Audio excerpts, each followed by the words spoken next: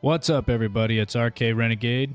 Looks like we got to see a little bit about the end game here this morning. November 10th. It is Monday, and it's given us a little background into the first ever, according to them, first ever end game for their campaign. It says here in the article, Black Ops 7 co-op campaign and the action continues with Endgame. For the first time ever, campaign includes an endgame, delivering an entirely new and shared experience where the narrative unfolds for you and your squad. Designed with replayability in mind, explore the vast landscapes of Avalon, fight through escalating zones, complete dynamic assignments with your squad, and up to 32 total players. It looks like they have some advanced intel co-op campaign as well as the endgame. We knew about co-op campaign 2 weeks ago. Yesterday they dropped a little blog post right here. Story so far. You can get yourself caught up. Obviously, Black Ops has been spanning for years. We have a little bit of a dev talk here. We can get into that in a little bit. Let's read through. So, initial access. After completing the first 11 co-op campaign missions, players will unlock Endgame, taking JSOC with exploring the vast landscapes of Avalon, exploring the guild's remaining command centers while battling exposure zones leaking a mysterious toxin into the city. Designed for 1 to 32 players in squads of up to 4, Endgame offers impressive levels of replayability as players fight through escalating zones across this massive map. Level up unique skill tracks and combat ratings, complete dynamic assignments, and escape to preserve hard-earned progress, all the while continuing the main player progression and weapon leveling, as well as unlocking specific camos for all 30 launch weapons. Okay, so I'm going to stop right here for 1 second. As somebody who just plays strictly multiplayer, and obviously I dabble in zombies, but as somebody who plays multiplayer, I actually really appreciate what they're trying to do here. They keep dropping campaigns everywhere. Not everybody plays campaign. And not everybody plays zombies. Some people kind of just stick to one thing that they know. Most people in today's world that aren't a kid, they pretty much play multiplayer. They're trying now to draw us into play all their modes, which I really appreciate that fact. And allowing us to have our progression and weapon leveling span into that is pretty wild. Looks like I just read in the article here, says there is going to be specific camos through this endgame mode on all these weapons. So if you're a camo grinder, you're gonna have to play campaign, it seems, to make sure you get all these camos.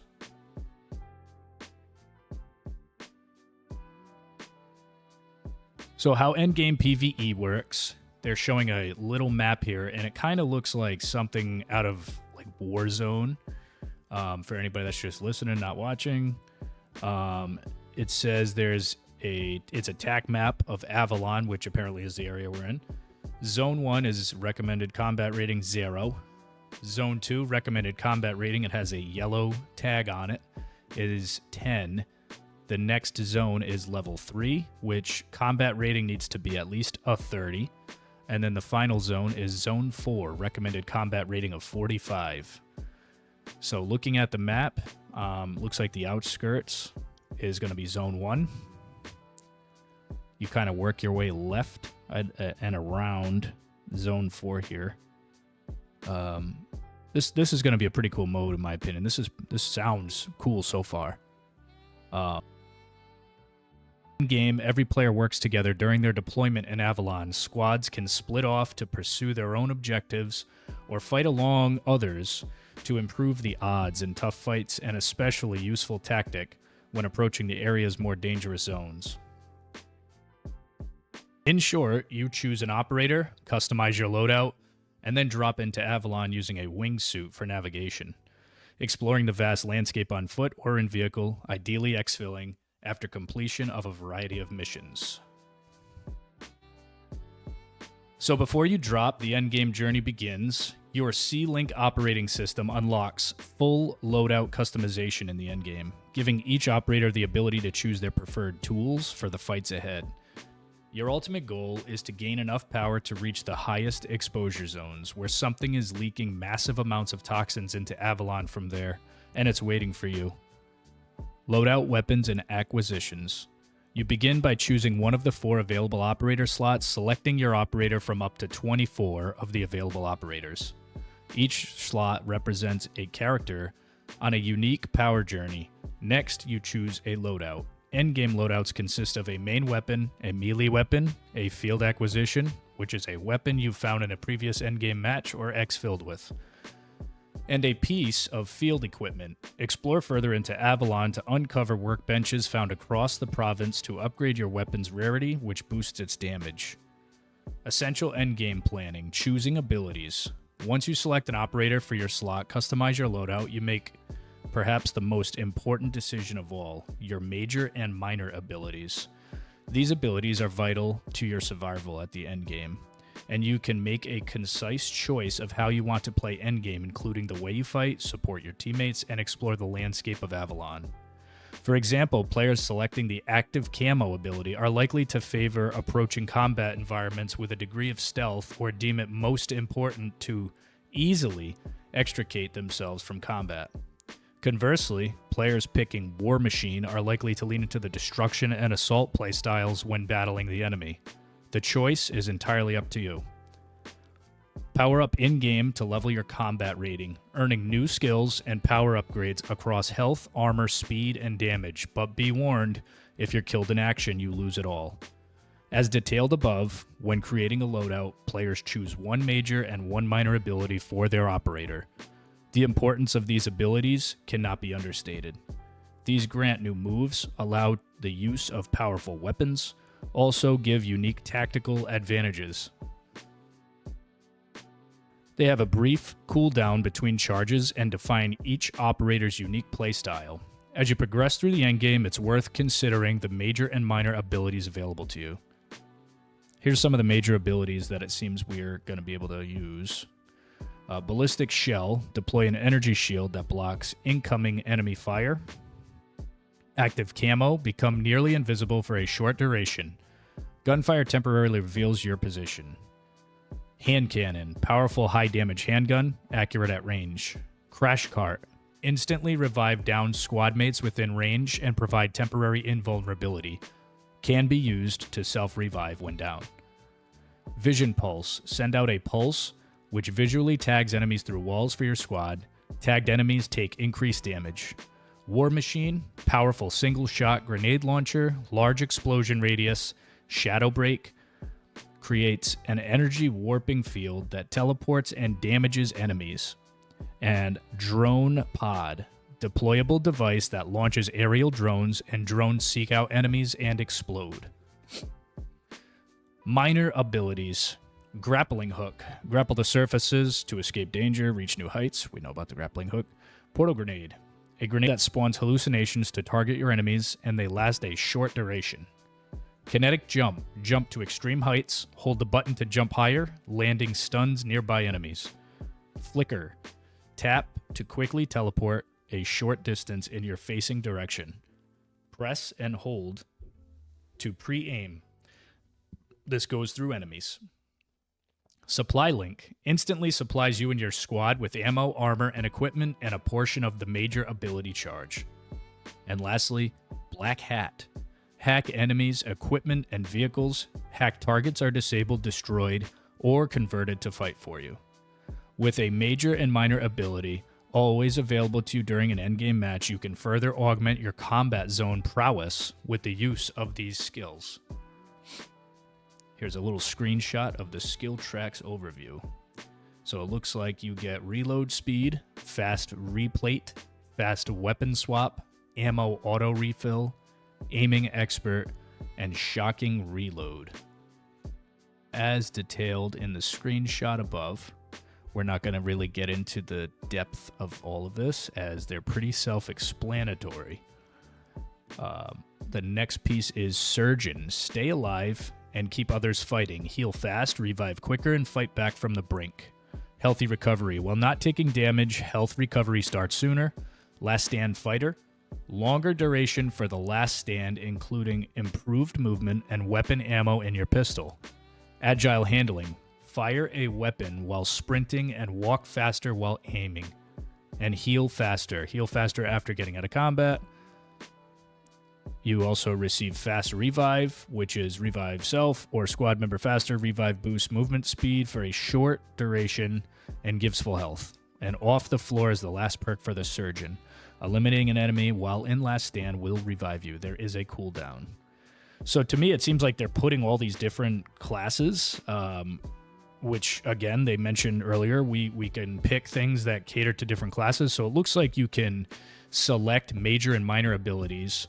And to my understanding of the article, it does not matter if you're playing Surgeon. I believe you can choose whatever minor or major ability that you would like, to my understanding. So this is actually pretty deep here. This is for people that are going to want to play PvE, and I think this is like built off of the back of DMZ mode, which is pretty cool. That was a sick mode. I wish they never got rid of that. So to see this come back, this is pretty cool, man. So Daredevil, they get Dive Bomber. Diving aggressively with your wingsuit releases a concussive blast on the ground. Wingsuit Glider. Improved handling and airtime for the wingsuit. Thick Skin, receive less damage from melee attacks. Super Slider. Sliding distance and speed are increased. Reload and Run, get a brief movement speed boost after reloading a weapon. And Slide Explosion. Sliding and diving triggers an explosion in a radius.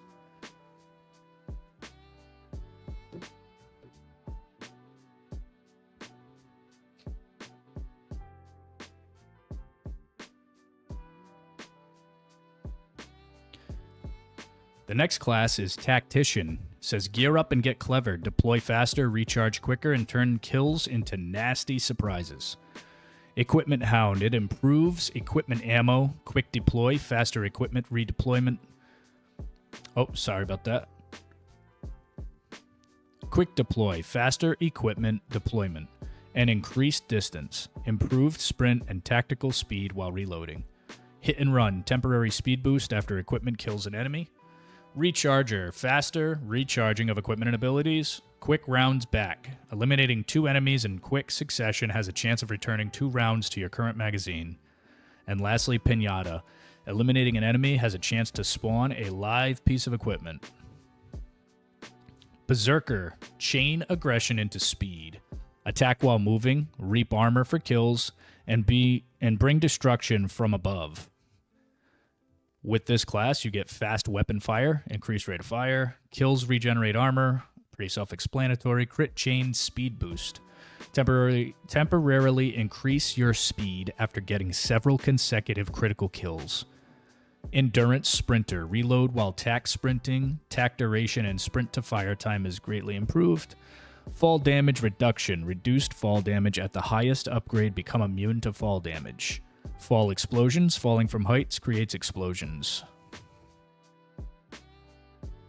Bulldozer, become a walking tank, regenerate armor and shrug off explosions and smash through enemies. You get armor regen, point blank, which is damage bonus for shooting an enemy at a point blank range. Adrenaline Rush, deal bonus damage while the health is low. Revival Protection, self-revive or revive players will take reduced damage for a short time. Explosive Resistance, reduced damage from explosives, immune to own explosives at the highest upgrade. And Tackle, fears and soldiers are knocked down when sliding, diving, or tack sprinting. Now it's time to get into the endgame progression. So there's a blurb about weapon camos and challenges. Weapons level up across all 4 modes with a dedicated co-op campaign camo track offering 16 unique military, special, and mastery camos to unlock for the very first time. Daily and weekly challenges are also available in every single mode, including co-op, giving players fresh goals, XP payouts, and unlocks every day of the week. Your first endgame match. As an example of the endgame journey, let's go through the steps of creating an endgame operator along with their first foray into Avalon. So they're giving us a screenshot of an operator, 50 out of 50. I'm wondering what that is. Sorry, I'm kind of reviewing this live myself here. Major ability for her is Crash Cart. They chose Grappling Hook. Choosing the Fierce Cybernetic Augmented Specialist, 50 out of 50 as our operator, we'll pick the Ballistic Shell, major ability with the grappling hook minor ability. The ballistic shell blocks incoming enemy fire, giving your squad much needed defense during heated battles. For escapes and pursuits, use the grappling hook to latch onto buildings. As a character new to the campaign endgame, there are no skill tracks to consider yet. Exfil and fight another day. Time is of the essence in the endgame matches. Before the match timer runs out, operators must seek out a friendly VTOL exit. Get to a pickup zone, clear the landing area, and get out. A successful exfil lets you keep your current loadout and combat rating.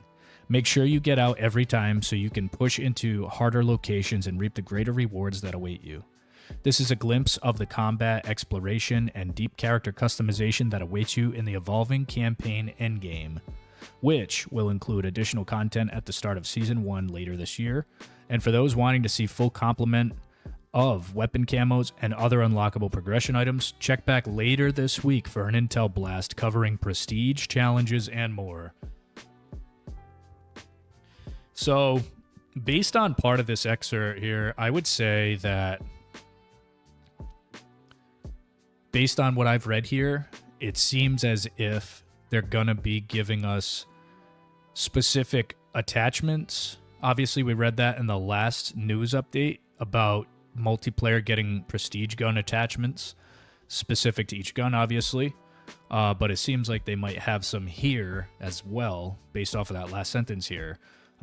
They're giving us an intel blast covering prestige, challenges, and more. So maybe there's challenges for when we actually prestige, if there is people out there that go for 100% every year, if you're going for a logo, emblem, title, what have you. It just seems like they're trying to incorporate this mode, which I really do like that, because I felt like with DMZ, it was a really cool mode in Modern Warfare 2, but they just did not hit the nail on the head, in my opinion. Could have done so much more with that, and it's cool to see them trying to reincorporate this mode. It gives us more here to play and to do. The replayability of this game already at base game is a lot of content. So this sounds like a really grindy COD, and if that's your thing, you may want to consider picking up this title. I, for one, am very excited to hear about this mode, reading into this. Got to be honest, over the last couple of years, have not really been into campaign. I'm a multiplayer guy. I don't really have the time to dive into a 8 to 10 hour campaign. I'm somebody that, likes to just jump straight to multiplayer year after year. So now this is incentivizing me, somebody who does not play campaign, to jump in, play campaign, grind it out with his friends, get to the end game, and start really pushing and doing this right here. This is really cool. So yeah, Call of Duty this year seems to be bringing the heat, and it's going kind of under the radar, which is a shock to me. And then at the end of this, they're just telling you to pre-order and to join their server today, and they'll announce the official launch.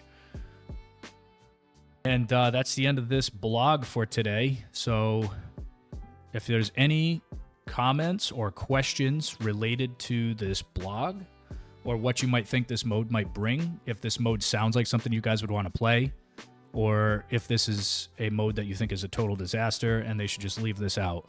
The only concern I would say I have with this is if people don't give a shit about this mode, the only problem is I think the Call of Duty file size is going to be absurd. As you know, every year once we get to Season 4, Season 5, it's like a 250 gig file. So we'll have to see how that plays out. But outside of that, I really have no concerns for this. This game is probably going to go blow for blow with Battlefield 6. Even though Battlefield is a great title, it's strong, it has its own little quirks they need to work out, but I think by Season 2, that game's going to be right back on track. But to see where Black Ops 7 is heading, I'm very, very hopeful to see where this goes. This is almost like a light version of Warzone/DMZ, and apparently keeping the combat rating. I would like to know more about that. I do have a question myself, so what I'm reading in there is if you extract, you keep your combat rating. But what happens if I bring that into the next load up with my friends? And I die, do I lose my leveling process there? That's a question I would have. But until next time, guys, thanks for tuning in. I hope to keep you updated. Please follow, subscribe, hit the bell for notifications. Make sure you tune in for my Black Ops 7 stream on Friday. I'm going to be playing all day. So tune in and check it out. See if it's a title you guys are wanting to buy. We're probably going to blast through campaign first thing in the morning. So we will see you guys there. And maybe some of you will pack your bags for New Zealand just like me. All right, guys. See you later.